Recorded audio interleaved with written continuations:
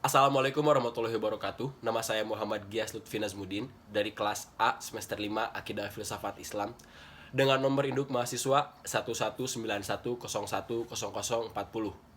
Kali ini saya akan membahas tentang artikel yang berjudul Permasalahan Gender dalam Perspektif Islam yang ditulis oleh Juhdi Amin yang bertujuan untuk meningkatkan pengetahuan serta kesadaran tentang isu kesetaraan gender khususnya dari perspektif Islam.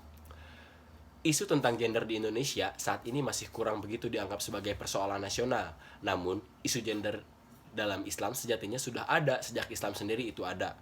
Penelitian ini melihat bagaimana permasalahan gender dalam Islam ataupun dalam perspektif Islam. Metode yang digunakan dalam penelitian ini adalah kualitatif yang melihat persoalan di sekitar masyarakat sebagai data. Lalu dikaji dengan teori-teori sosial yang mapan. Hasil dari penelitian ini menunjukkan bahwa Islam melihat seorang wanita itu dengan penuh kemandirian dengan beberapa kasus wanita Islam yang hidup di zaman kenabian. Isu mengenai gender makin marak diperbincangkan dalam kurun waktu terakhir ini. Sebenarnya, isu-isu ketidakadilan gender sudah bergulir sejak abad ke-18, yaitu ketika gerakan revolusi Perancis meletus, yakni 1789 sampai 1793, di mana berbagai golongan dan masyarakat menghendaki perubahan dari pemerintahan kerajaan menjadi republik dengan semboyan liberté, égalité, dan fraternité. Di Indonesia, semboyan itu dikenal dengan istilah kebebasan, persamaan, hak, dan persaudaraan. Dan saat itu, kaum perempuan ikut berjuang, tetapi mendapat perlakuan dari kaum laki-laki yang tidak sesuai dengan cita-cita dan harapannya.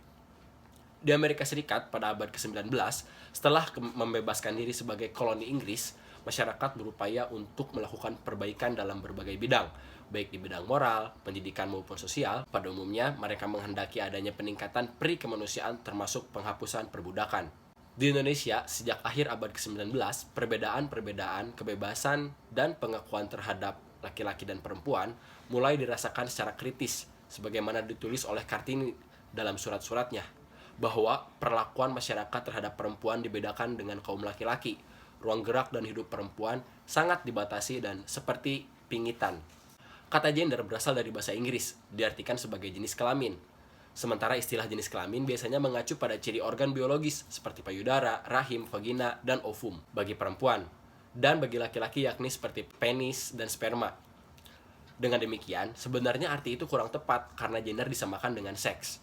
Identitas gender tidak ditentukan sejak anak lahir, tetapi merupakan kontribusi dari faktor-faktor fisiologis dan sosial yang dibentuk dan disosialisasikan oleh masyarakat sampai anak mencapai kematangan. Oleh karena itu, identitas gender merupakan hasil sosial kontrak atau konstruksi sosial, sehingga berbeda tempat, berbeda masyarakat bisa jadi identitas gender yang dikembangkan berbeda. Seperti di Jawa, seorang perempuan sangat tidak lazim memanjat pohon kelapa, tetapi hal itu bisa dilakukan oleh perempuan-perempuan di Sulawesi. Dapat disimpulkan bahwa gender adalah suatu konsep yang digunakan untuk membedakan antara laki-laki dan perempuan. Dilihat dari segi sosial kultural masyarakat setempat, ini menunjukkan bahwa sebenarnya ideologi gender itu diciptakan secara kultural dan sosial dan bukan bersumber pada biologi seseorang.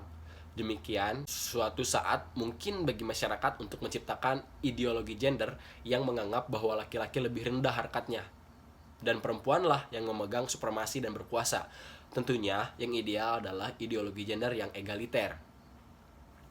Kali ini masuk pada bahasan feminisme dalam Islam. Di kalangan feminis muslim, yang menjadi isu utama adalah ajaran-ajaran Islam.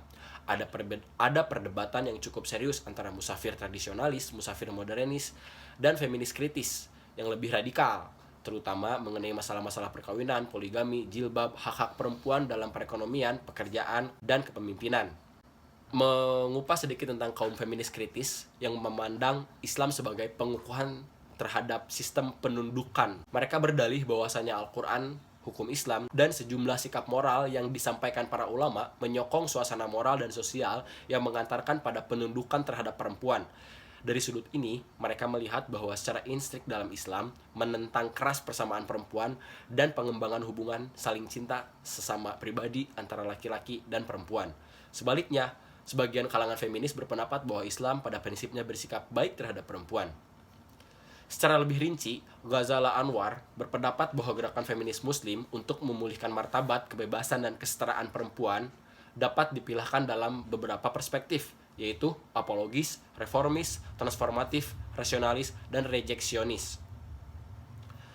Feminis apologis, perspektif ini memandang bahwa persoalan utama dari penindasan perempuan dan ketidakadilan gender adalah perbedaan antara teks-teks otoritatif Al-Quran dan hadis dengan praktik budaya, di mana dalam berbagai komunitas muslim banyak yang menyalahi atau tidak memenuhi seluruh hak perempuan sebagaimana yang tersurat dalam teks-teks tersebut. Hal ini terjadi karena ketidakpahaman mereka terhadap Al-Quran.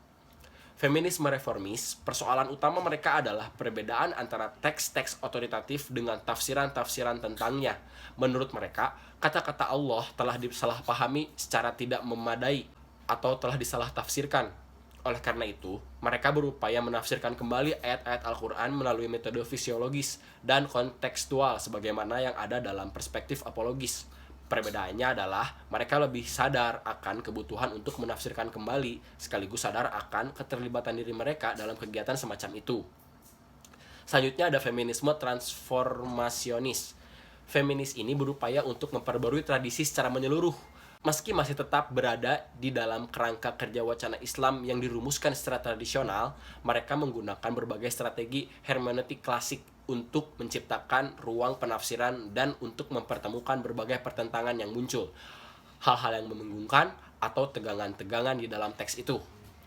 Dan yang terakhir ada feminis rejeksionis. Dalam perspektif ini, menolak segala hal yang mendukung penindasan terhadap perempuan, tidak peduli dari manapun sumbernya, dan tolak ukurnya adalah pengalaman perempuan. Seperti Taslima Nasrin, ia telah menyatakan adanya kebutuhan untuk merevisi atau menolak sebagian ayat Al-Quran yang dianggapnya misoginis atau seksis. Dalam prosesnya, ayat feminis ini tidak hanya ingin mengubah kenyataan-kenyataan sosial, politis, ekonomi, hukum, emosional, dan spiritual bagi perempuan, tetapi juga memperbarui tradisi Islam itu sendiri. Ya, persoalan gender mungkin memang belum menjadi aspek utama dalam rencana program kemajuan Indonesia. Bahkan, Indonesia saat ini juga masih menekankan pada pembangunan infrastruktur dan ekonomi, sehingga persoalan gender bukan sebagai prioritas utama meskipun memiliki banyak kerentanan. Lain halnya dengan Islam yang sejak awal sudah memperhatikan isu-isu tentang gender. Dapat dikatakan bahwa Islam tidak sejalan dengan paham patriarki mutlak yang tidak memberikan peluang kepada perempuan untuk berkarya lebih besar, berpartisipasi, berprestasi lebih tinggi, baik dalam rumah maupun di luar rumah. Al-Quran tidak mengharuskan adanya perbedaan status dan kedudukan antara laki-laki dan perempuan, hanya karena perbedaan fisik biologi semata. Meskipun banyak muslim di Indonesia yang masih patriarki, tetapi Islam sebenarnya tidak sejalan dengan paham patriarki mutlak yang tidak memberikan ruang dan peluang bagi kaum perempuan. Oleh karena itu, kajian tentang gender sampai saat ini masih harus lebih ditingkatkan lagi. Mungkin demikian. Mohon maaf bila ada kesalahan. Saya Muhammad Gias Lutfi Nazmuddin. Assalamualaikum warahmatullahi wabarakatuh.